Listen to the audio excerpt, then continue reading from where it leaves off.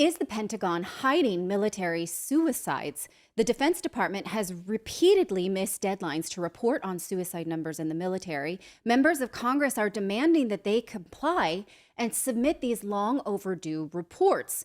Joining me to discuss is Sergeant Dan McKnight. He served 13 years in the U.S. Marine Corps, U.S. Army, and Idaho National Guard. His life's mission, I would say, is to speak out for military veterans, and he's the founder of Bring Our Troops Home. So thank you so much for joining me today. You bet. Thanks for having me on. Now, I know you also have news about your bill about bringing our troops home and Congress declaring war. So let's get to first, though, this report on suicides. Do you think the Pentagon has a reason for not being forthcoming with these suicide numbers? Absolutely. See, the Pentagon if they're good at one thing, it's at hiding the facts. They haven't reported on the budget. They haven't reported on the trillions of dollars that they have seemed to lose every year when they do their audit. And they sure as heck aren't going to report accurately on the suicide rate of the members of the military in their charge. The report I thought it was very interesting when it talked about a very segmented percentage of the military, just people that participated in the armored cavalry or the tank divisions. That's all that they were looking for, was the numbers on those folks. And the DOD and the Pentagon couldn't even provide it, but they are putting together an AI program. I'll have you know, this is very exciting, to help combat suicide. They're using AI. Well, there's a better way to combat suicide in the military, and that's to provide them with the proper health and benefits and treatment, and then to quit abusing them with repeat deployments to missions that just don't make sense. Right. So specifically, Congress is looking for this tank suicide, which you're right, is so segmented. It's a small population of people who, for whatever reason, may have a higher incidence of suicide. Can you extrapolate at all or even take a guess at why? Oh, I have some pretty good ideas. I happen to have served in the mechanized infantry, which is the tanker segment that they're talking about here.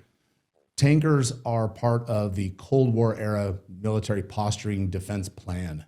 The next war that we fight, or even the wars we're engaged in now, tankers aren't really part of that battle plan.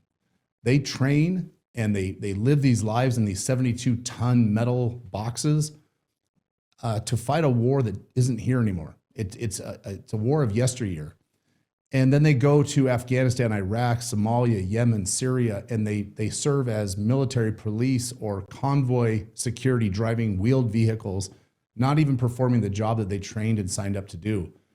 Tankers have kind of been pushed aside as the catch-all in the military. And when I was in the 3rd Infantry Division in Savannah, Georgia, the pride of being a tanker, they identified, that was their identity. We are tankers. We are the mechanized infantry. We are the strike force, the first in armored defense force of the United States military. And now they're not. Now they are convoy commanders, and they're leading missions in wheeled vehicles and being hit by IEDs and being used for something other than what they've trained. And the tankers also have been part of this depleted uranium problem in the military, where the weapons that they use, the sabot rounds, they're depleted uranium, and there's a high cancer rate among tankers. Just like Tomcat pilots in the Navy, the cancer rates are exceptionally high, and I think that has a lot to do with the suicide rates. But that's probably why they won't report the numbers. One, they probably just don't know because they don't care. And two, that what they've probably found is alarming. Oh my goodness. Now, I know a little bit about the history of PTSD and how it was literally created to help Vietnam veterans who had a high rate of depression because they had seen such horrors in their lives and realized that that horror was for naught, for lack of a better description, right? And so are we seeing something now similar to that because we've had these pointless, endless wars? Certainly, there is no member of the military that has been to war that will be pro-war, right? Once you've seen those atrocities, you can no longer support the concept of war, even though we know it's in our heart of hearts, we know it's necessary at times. You can't be a pro-war veteran that served in war. And the problem that we have is when we come home, we have to try and reconcile what we did. And many of us do sleep comfortably at night, knowing that what we did was for the defense of our country and to save the homeland and all the things that were sold in the recruiting videos. But in the quiet of the night, and when you're alone with just your thoughts, and you're trying to reconcile it all and put it all together and put it in its proper place in the proper boxes, that reconciliation doesn't come with the most important piece, the closing, because we don't know what we were doing there. General Sopko, the investigating general that's been made famous from the Afghanistan papers, he said about Afghanistan and Iraq, we just didn't know what we were doing there. We didn't have an understanding of the culture, the mission. We didn't have a definition of success. We changed strategies every 18 months. And it's hard to get closure. It's hard to put all the pieces in the right boxes when at the end of the day, you don't know what the big puzzle is supposed to look like. You don't know what the picture is. You know, imagine trying to put together a puzzle with no known outcome, without knowing what it's going to be when you're done. It's just a jumbled mess, and it's hard to connect the pieces. I imagine that's on purpose, though, because if you were to tell the military, we actually don't have a plan, but you go do this thing and you go do this thing, then that would create discord and people would not want to do it. And what strikes me listening to you talk about what this is like for each and every individual who's been through it is the gap between the sort of iPhone users in Washington, D.C., who are just saying more war funding, and the actual bodies on the ground. And it's heartbreaking. Absolutely. The rank and file of the military, the lower enlisted, the junior officers, they're the ones that pay the human toll of war. When the lieutenant colonels, generals, command sergeant majors, the upper levels, and the bureaucrats in Washington, D.C., for them, it's a chess game. They're moving pieces on a board. And it's the ones that pay the ultimate human price of war that get to bring those mental scars home.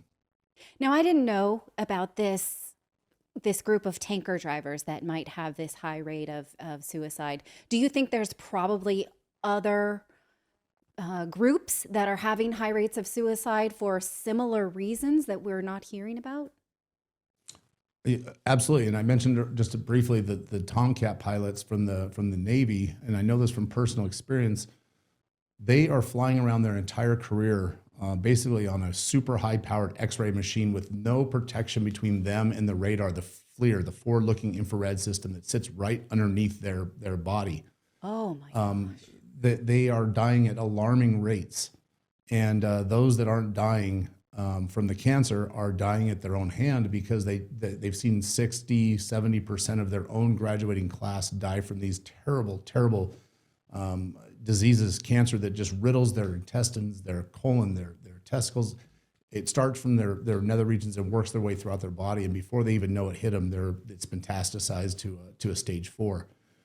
And so I would say absolutely there's different segments of the military, but the number that we just need to know and that we hear about in the news every single day is 22 a day, right? And there's some people that say that there's 22 veterans every single day that commit suicide.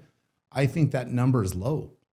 I think it's low because it's underreported. There's a large homeless population of the veteran community that we don't even keep track of.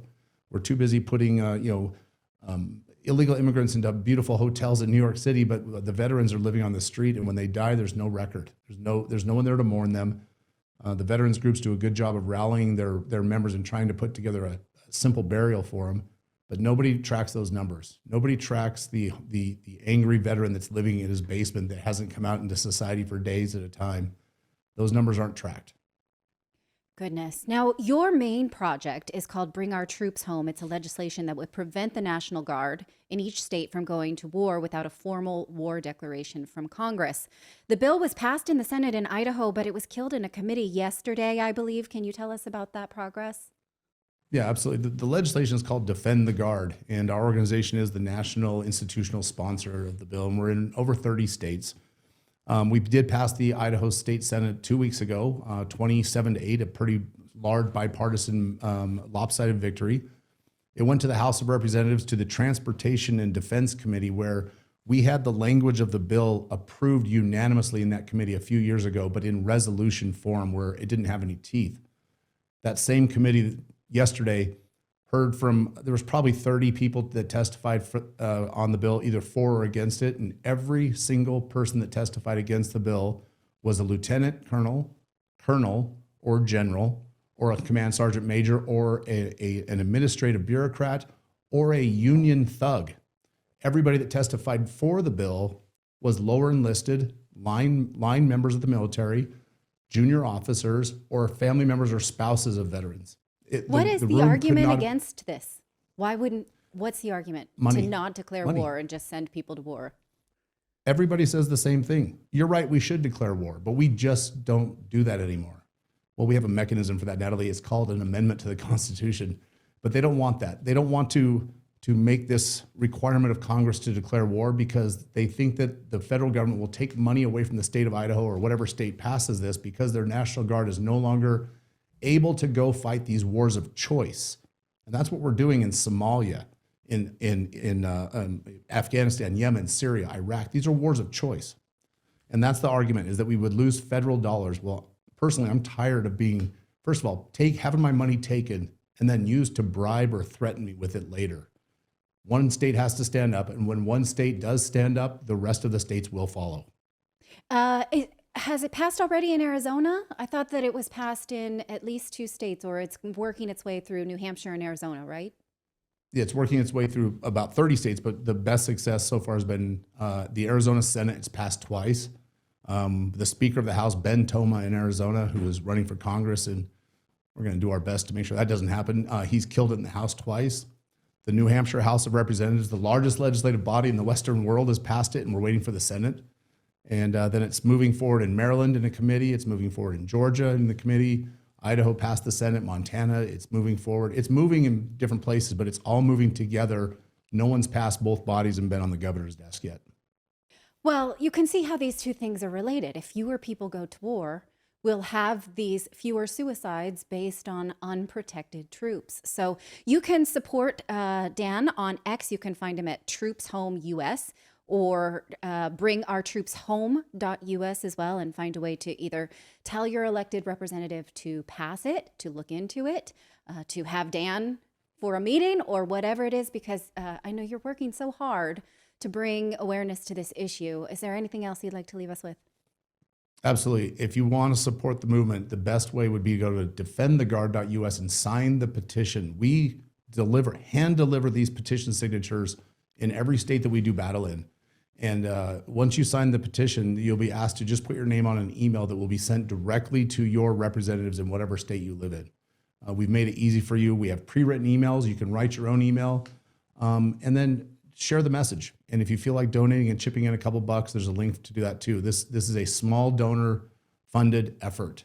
And we are a very small, lean organization. We don't waste a penny on anything that doesn't move the legislation forward.